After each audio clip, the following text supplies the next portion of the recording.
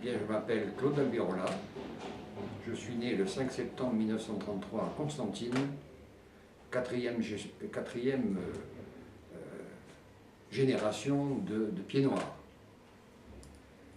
Au moment de mon incorporation, j'étais professeur d'histoire et de géographie en Tunisie, au lycée de Carthage. Et j'ai estimé que, né en Algérie, il me fallait faire mon service militaire en Algérie. J'ai donc refusé d'être incorporé à Bizerte et je suis venu à Tlemcen, famille de ma femme. J'avais un enfant à cette époque-là, qui est né en Tunisie, pour être incorporé à Tlemcen. Quand je suis passé l'entretien d'incorporation, ils m'ont dit: vous êtes professeur, vous êtes diplômé de l'université, etc. Des professeurs, oui. Vous ferez une école d'officier. Je lui ai dit: pourquoi je veux officier? Moi, j'ai pas. Écoutez, mon secrétaire, il m'a dit: non, non, non, non. Vous allez. Donc j'étais. Et puis ça sera mieux pour vous. Oui, mais j'ai dit: moi, j'ai pas envie de commander des types, c'est pas mon métier, ça. Je suis pas. Et puis finalement, ça a été une source d'enrichissement très grande pour moi, tant à l'école de Cherchel, où j'ai eu des camarades de promotion qui étaient des types intéressants. C'est enrichissant de parler avec des gens différents. Je suis sorti sous-lieutenant. Je crois que j'étais 17e sur 300 et quelques, ce qui m'a permis de choisir mon corps parmi les premiers. Et j'ai choisi un corps d'infanterie de marine, qui ne s'appelait plus d'infanterie coloniale, pour être à égale distance de ma femme qui avait rejoint sa famille avec mon fils à Tlemcen et de ma famille paternelle qui habitait Constantine. En fait, je n'ai jamais pu le faire puisque je n'ai eu pendant toute cette année, cette année et demie, que la possibilité une fois de voir ma femme et mon fils. Ma femme, mon fils, lui, était resté à Tlemcen, il était trop jeune. Et au mois de juin ou juillet, je ne me rappelle plus, après mon séjour à l'école d'officier, j'ai rejoint donc le secteur de Boufarik, où se trouvait le colonel du régiment 73e Rima. Et il m'a affecté dans une compagnie qui se trouvait basée à Bouinan, à l'est de Boufarik, en pleine Mitidja, dont la mission était de gêner autant que possible les communications entre Alger et l'arrière-pays, et les communications donc qui pouvaient servir au FLN. Et qui avait dans son secteur également la première ligne de crête des montagnes au sud de la Mitidja. Et j'étais donc de juillet à mars à Bouinan, où le commandant de compagnie, qui était un lieutenant d'ailleurs, qui avait commandé en Indochine un commando de Viet ralliés de plusieurs centaines de types, mais qui ne voulait jamais parler de ce qu'il avait fait dans ce domaine. Mais enfin, sorti du rang, il était simple soldat en arrivant en Indochine, il était sorti lieutenant et légion d'honneur. Et la raison pour laquelle j'avais choisi un RIMA, c'est que j'avais plus confiance dans des officiers de l'infanterie de marine qui avaient combattu en Indochine, plutôt que tomber dans un régiment d'infanterie, de train ou de je ne sais quoi, dont les qualités militaires ne me paraissaient pas évidentes. Ceci fait, il m'a confié donc le commandement de la section d'intervention de la compagnie, qui était triethnique, si je puis dire. Il y avait une bonne moitié qui était constituée par des soldats d'origine française, d'origine métropolitaine. Il y avait 6 harkis, viet-ralliés, pour la plupart, sauf un, je crois. Et puis,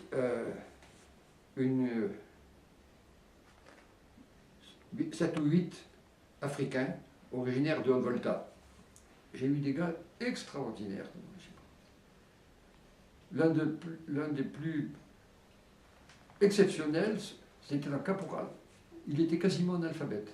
Un Français, hein, de Paris. Comme lui, analphabète. Mais d'une intelligence tactique. Vraiment incroyable. Très courageux, gai, joyeux. Les Africains m'ont beaucoup appris. Les Harkis aussi, tous.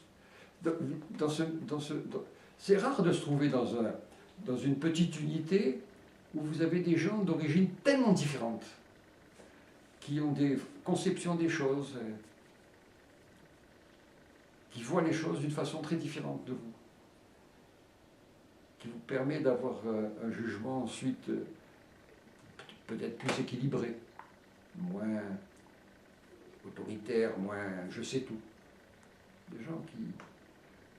On peut être complètement analphabète et être un soldat exceptionnel. Il aurait dû être officier, ce gars-là. Sur le terrain, il était magnifique. Et donc, c'était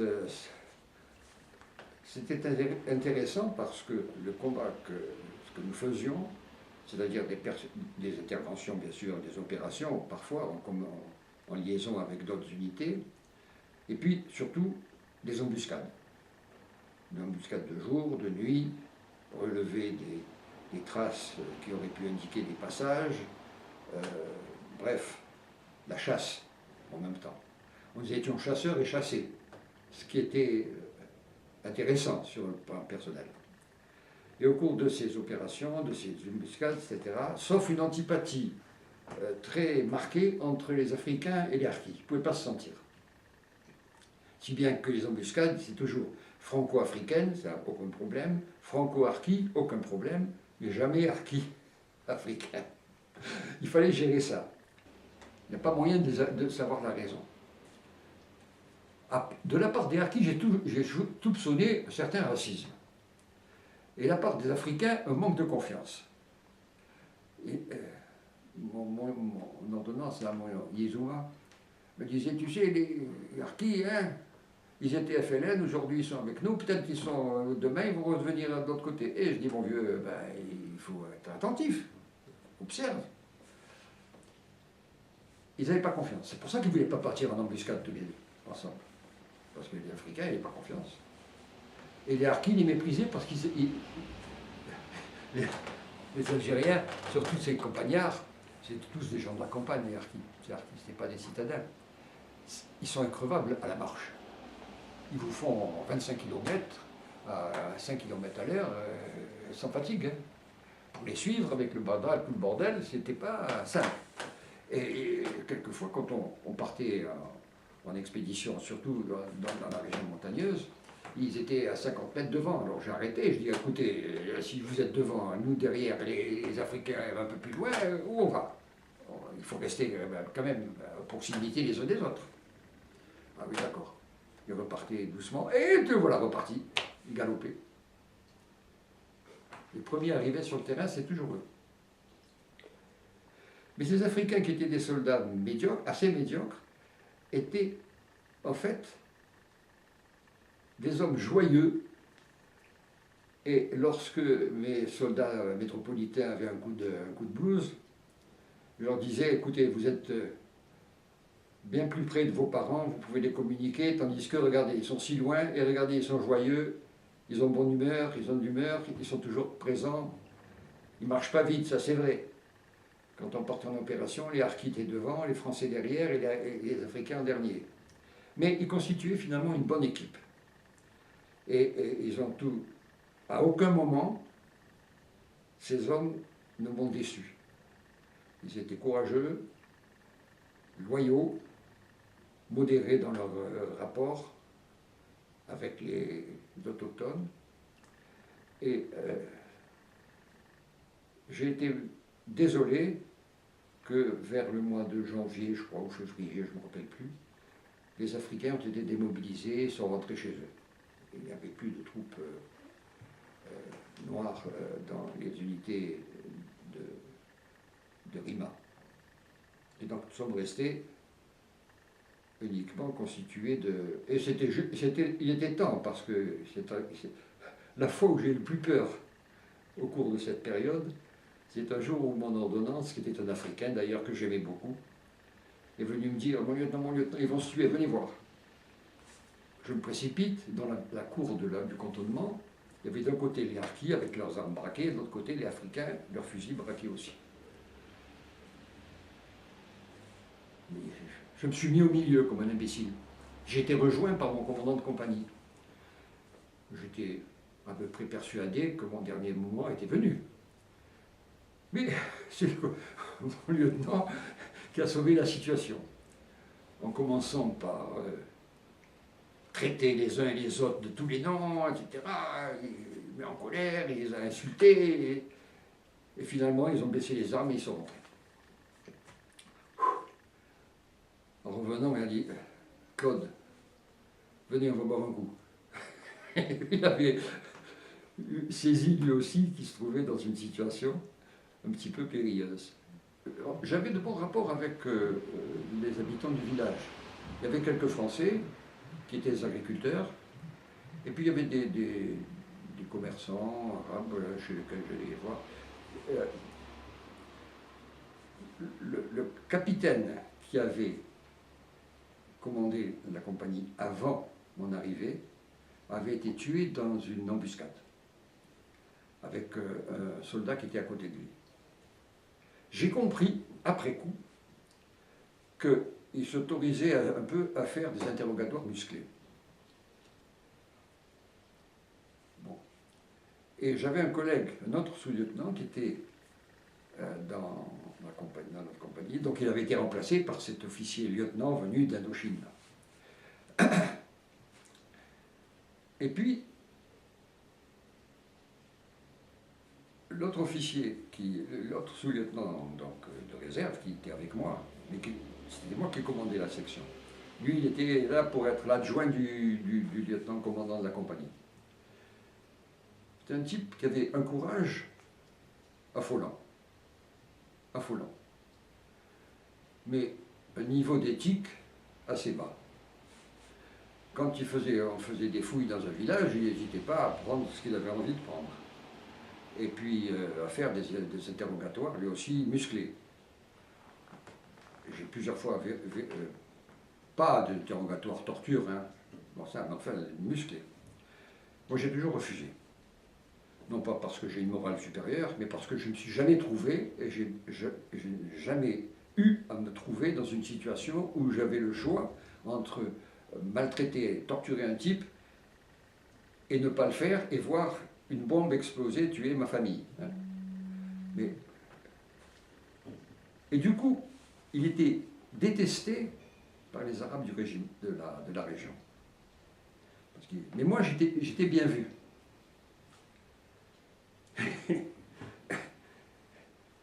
Et j'ai été d'autant plus bien vu qu'un jour, nous avons participé à une opération, et le chef Felaga de toute la région de Bouinan, qui était originaire de Bouinan, qui était très probablement l'auteur de l'attentat qui avait tué le capitaine, très probablement, a été tué.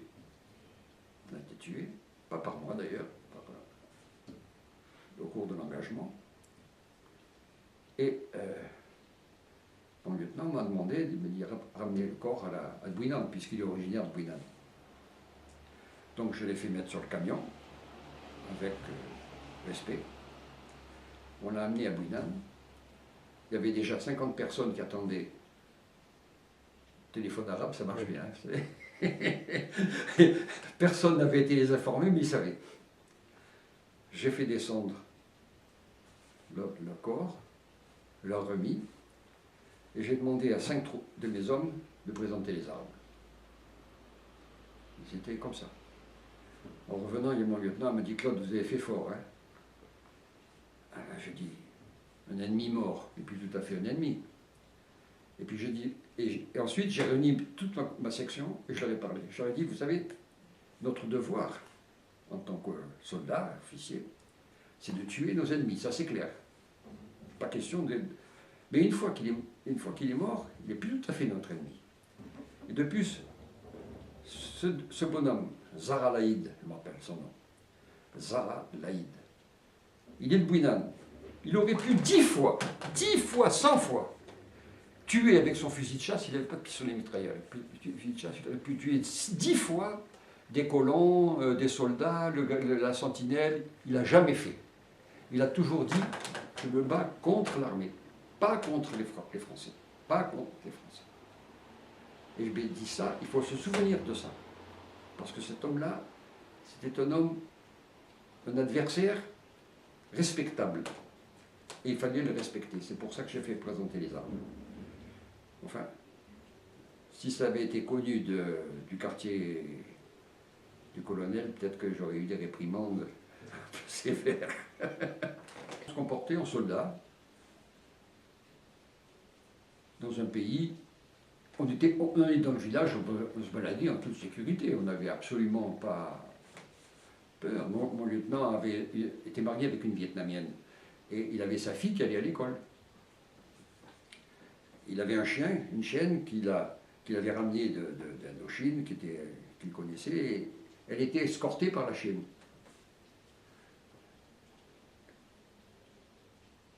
Il n'était pas inquiet.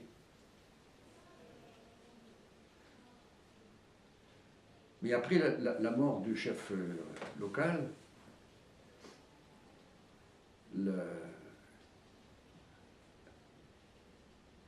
nos embuscades, etc., on a dû prendre beaucoup plus de précautions. Parce que est apparu dans le paysage, on a su, on avait toutes les photos des Félagas, était apparu un commando Fédaïd, 30 hommes, tous armés d'armes automatiques.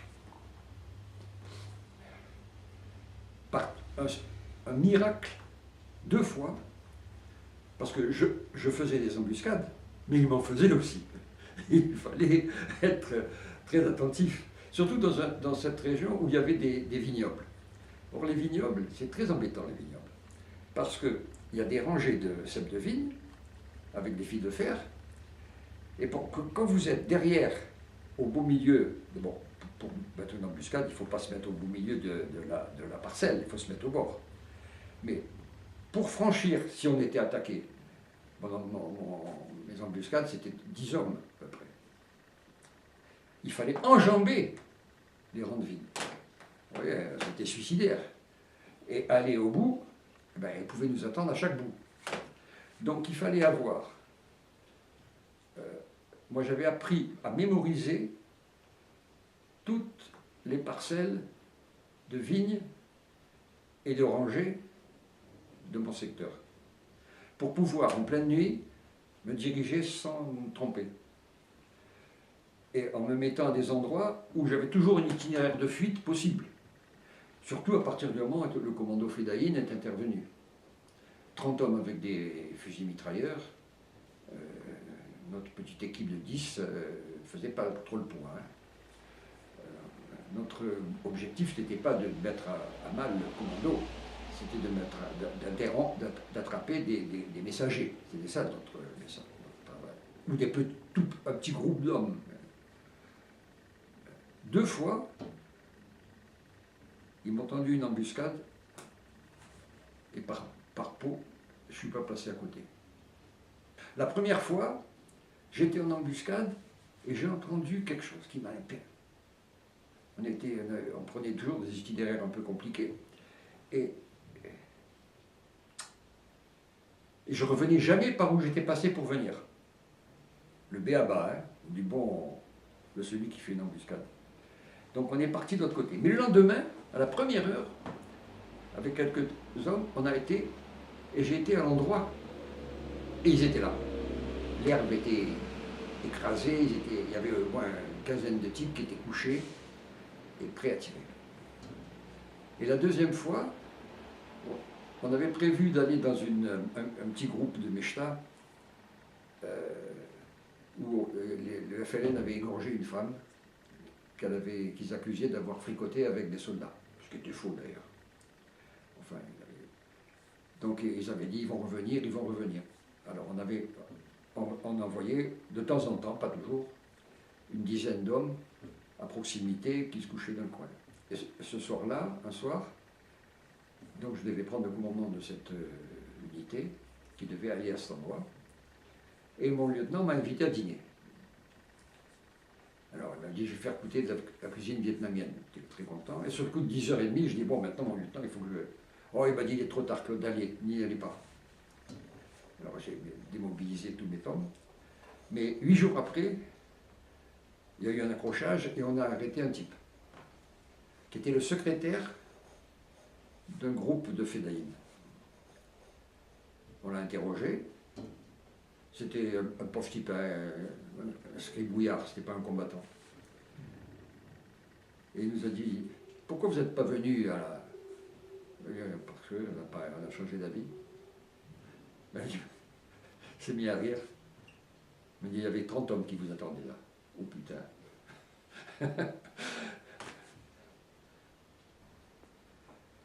On a été pris sous le feu, dans un creux, par un groupe de Félaga qui était sur une position haute. Nous, on était cuits là. Voilà. Et là, je dois dire que on avait pris un chemin, on pensait passer par là pour aller à notre endroit. Mais c'était la pire position, parce qu'on était dans le trou, et les mecs, ils nous tiraient dessus par en haut. Putain, on est cuits là. Si on sort la tête, on se fait nettoyer. Comment on va faire? Heureusement, le capitaine, le lieutenant, là, a appelé au secours. Et à un moment, on a vu débarquer la Légion. Il est sorti là une trentaine de types, et ils ont commencé à monter sur la colline. Putain, on n'en croyait pas nos yeux. Ils montaient, debout, doucement, en tirant à droite à gauche, tac, tac, tac, tac, tac, ils sont arrivés jusqu'en haut. Les autres s'étaient enfuis, alors qu'ils auraient pu en tuer plusieurs. Le courage et le comportement de la Légion, chapeau. Aller au feu debout, en montant, en sortant du bas pour monter. Et puis, pas être touché par rien du tout.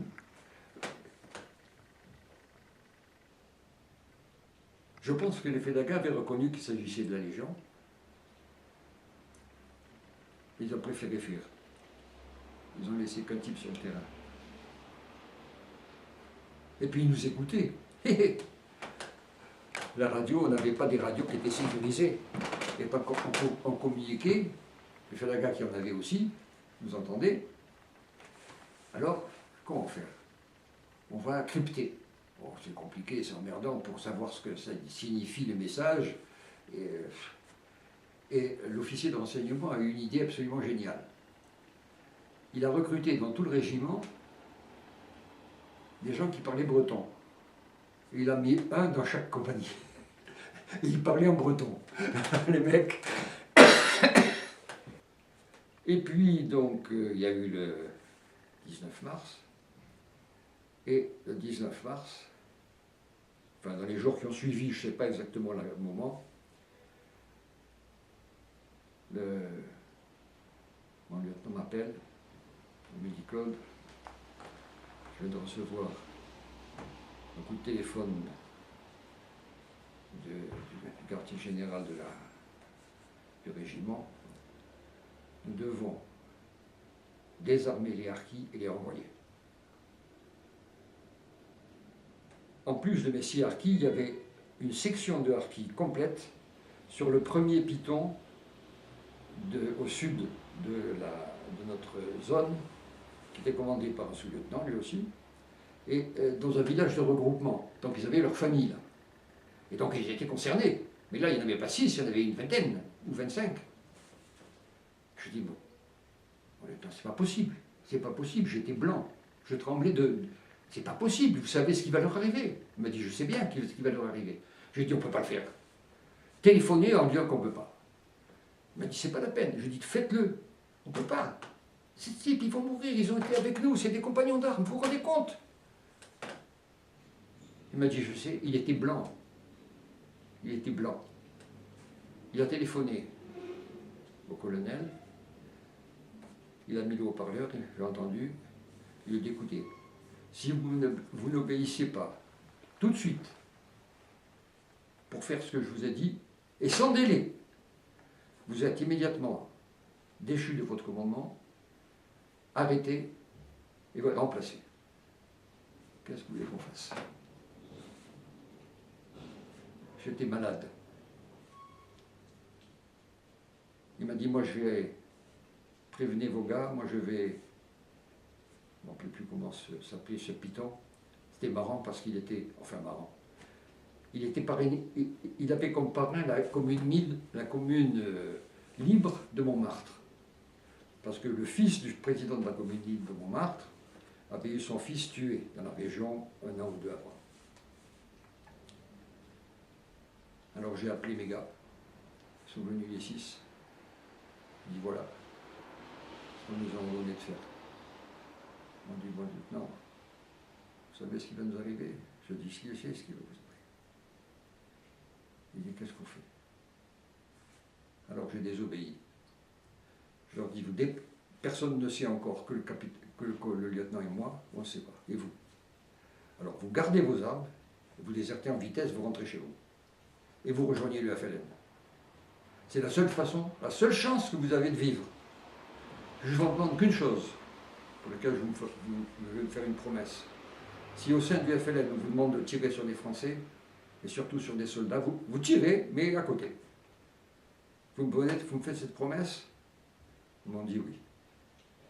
Ils sont partis, personne ne les a arrêtés, les sentinelles n'étaient pas au courant, ils sont partis. Et mon lieutenant est parti de son côté. Je ne sais pas ce qu'il a dit, je ne sais pas ce qu'il a fait. Il n'a jamais voulu m'en parler. Cet homme a été... Comment dire? À partir de ce moment-là, il a été tout autre. Tout autre. La honte. La honte d'envoyer, pour la première fois, toutes les armées du monde, quand ils ont un blessé, un type arrêté, un type pris par l'ennemi, cherchent à le sauver. Nous, volontairement, on a envoyé 150 000 types à la mort, et leurs familles. Vous vous rendez compte? Et les ordres sont venus, nous l'avons su après, de Mesmer, ministre de la Défense, et Pompidou, président, Premier ministre. Vous savez, monsieur, je n'ai pas cessé durant 50 ans de vivre avec cette honte, cette infamie. Et quand j'ai lu le livre de Samar, j'ai compris. J'ai compris. Il avait vécu ça. Et il ne voulait pas le revivre une deuxième fois. Parce que c'est une chose de savoir que les harkis ont été renvoyés quand on est dans une unité du train ou la gare d'un aéroport. Moi, je l'ai fait, j'ai demandé à mes hommes de partir. Ils m'ont sauvé la vie 2 ou 3 fois. Vous vous rendez compte? Comment vivre avec ça? Comment ne pas avoir la honte? En vous parlant, les larmes viennent aux yeux. C'est impossible d'avaler ça. L'armée française a commis une infamie sur ordre du gouvernement. Une infamie. Et nous a obligés, nous les hommes du terrain, de l'accomplir. Oh, ils sont restés les mains propres. Hein? Mais nous, ces hommes, ils avaient confiance en nous, ils étaient ralliés au drapeau de la France. Ils avaient combattu avec nous. Nous savions bien qu'ils allaient être indépendants un jour ou l'autre, mais pas dans ces conditions, pas avec cette mesure, cet abandon scandaleux, ignoble. Et quand j'entends le président de la République, là, pour célébrer le 19 mars, qui parle des souffrances des harkis, c'est pas cher dire, hein, les souffrances des harkis. Il évoquait surtout ceux qui avaient été ramenés en France par des officiers de régiments qui en avaient les moyens. Nous n'avions pas les moyens, on ne pouvait pas les amener, leurs familles, vous vous rendez compte comment faire. Bon, c'était impossible. Certains l'ont fait, ils ont été sanctionnés, punis. Et pourquoi? Pourquoi a-t-on fait ça? Pourquoi ne les a-t-on pas rapatriés? Pourquoi? Alors De Gaulle avait la hantise, et il avait raison sur le fond. Il ne pouvait pas donner de la nationalité française à 10 millions d'Algériens. C'est sûr que c'était très difficile. Moi, je l'ai compris. J'étais étudiant quand je l'ai compris. Hein. Mais ce qu'on voulait sauver, c'est non seulement les Français qui vivaient, les Européens qui vivaient en Afrique du Nord, qui auraient pu, comme en Tunisie, comme au Maroc, revenir en France peu à peu et rester dans le pays en sécurité. Ils ne voulaient pas... Mais ceci dit, c'était vraiment le pire du comble. C'est que 2 ans après, en 1964, j'avais cessé d'être enseignant, je suis rentré dans une société de bâtiment à Paris. Et j'ai appris avec stupéfaction que, manquant de main-d'œuvre, beaucoup d'entreprises françaises recouraient au service d'une organisation, d'une unité gouvernementale qui avait des antennes en Algérie pour recruter des Algériens qui venaient travailler en France. Et j'ai dit, mais alors pourquoi? Pourquoi 2 ans après avoir abandonné 150 000 harkis et leurs familles, parce qu'on ne voulait pas trop de musulmans en France, et voilà qu'on fait venir maintenant par bateau entier des ouvriers algériens pour venir en France. Où est la logique dans tout ça? Et en plus, ces harkis qui sont venus en France, que leurs officiers ont rapatriés, le Bachaga Boualem, qui a rapatrié les siens, ils ont été accueillis dans des camps pendant des années, ils ont été vraiment humiliés avant que 20 ou 30 ans, que dis-je, 40 ans après, on reconnaisse enfin qu'ils avaient mérité un autre accueil.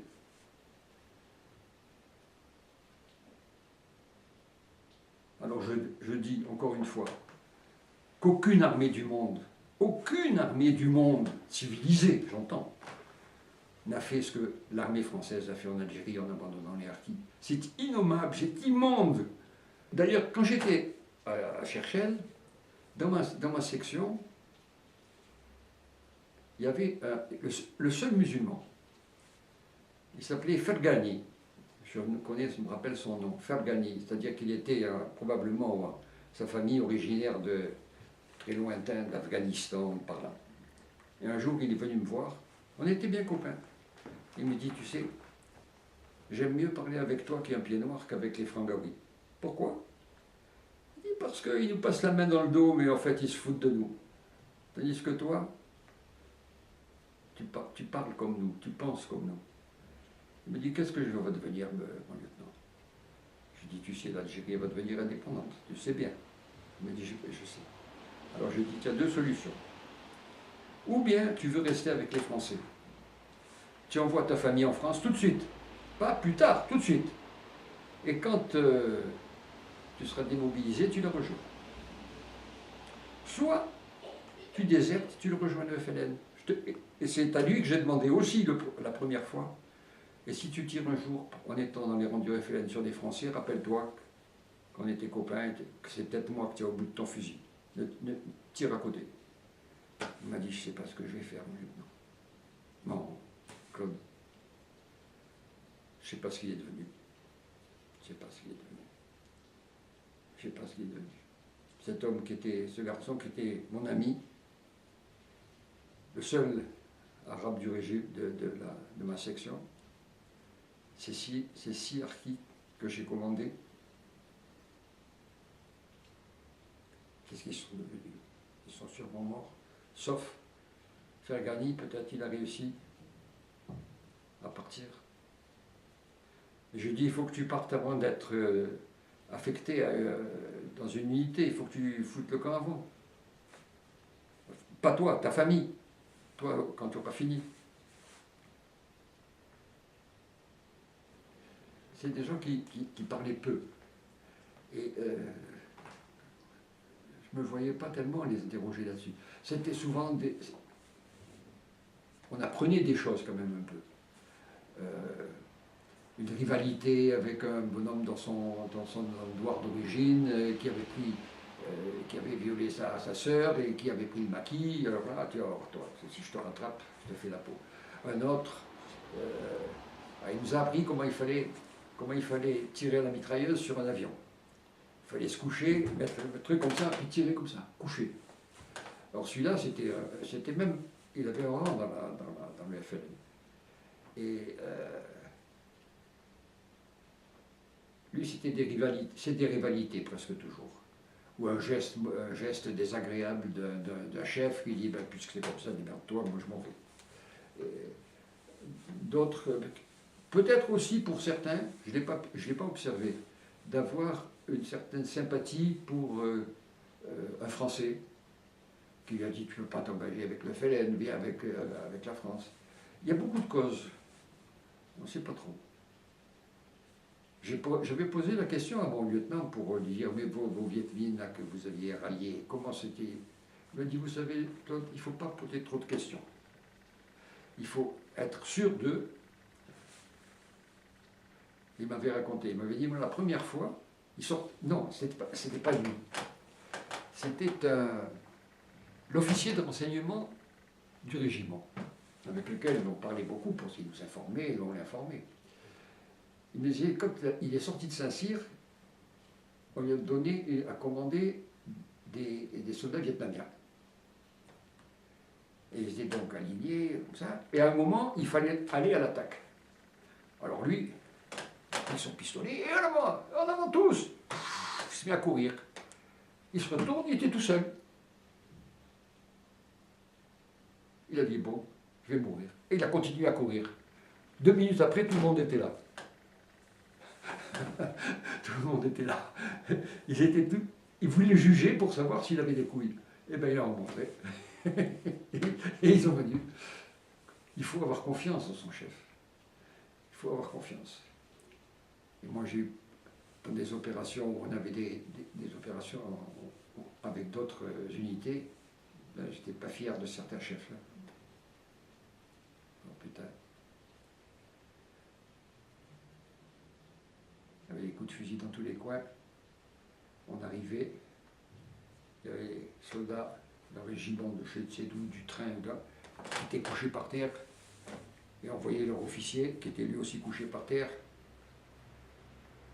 Mon lieutenant qui ne se gênait pas, un coup de pied. Lève-toi, avance. Il donnait des coups de pied dans le cul des soldats couchés. En opération, en embuscade, j'ai jamais eu peur. J'avais peur après, en me disant, putain, comment ça se fait que je n'ai pas été touché ou que je ne suis pas tombé dans le piège? Et là, j'avais un coup de déprime pendant 1 ou 2 jours. Mais surtout quand j'avais mon ordonnance là, qui s'était mis à mon service, cet Africain, il était tellement joyeux que il me remontait le moral. J'ai jamais pensé à un moment que ça se terminerait comme ça et que mes bons harkis, moi, leur dire allez mourir sous le couteau des égorgeurs. Vous ne pouvez pas imaginer. Vous ne pouvez pas imaginer ce qu'on éprouve. Tuer un homme au combat, bien sûr. Je ne sais pas si j'en ai tué un d'ailleurs. Quand on a eu des accrochages sérieux, il y avait des coups de feu de tous les coins, je tirais moi aussi, je ne sais pas si j'ai touché quelqu'un ou pas, j'en sais rien. Mais bon, on ne peut pas en tirer gloire. Sauf si on a fait un acte héroïque, ce qui n'a jamais été mon cas. J'ai fait mon boulot le mieux que je pouvais, c'est tout. Et je faisais attention de ne pas mettre mes hommes en danger inutile. Mais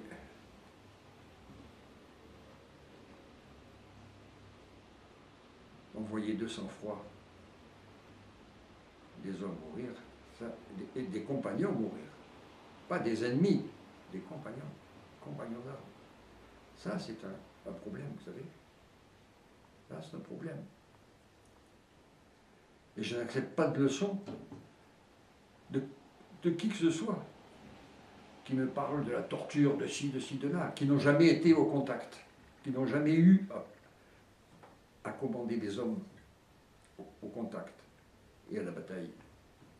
Je vous dis, quelquefois en rencontrant par hasard des hommes, vous avez été en Algérie, oui, à quel endroit, à tel endroit, ah oui, à quelle époque, ah, 62, vous aviez des harkis chez vous?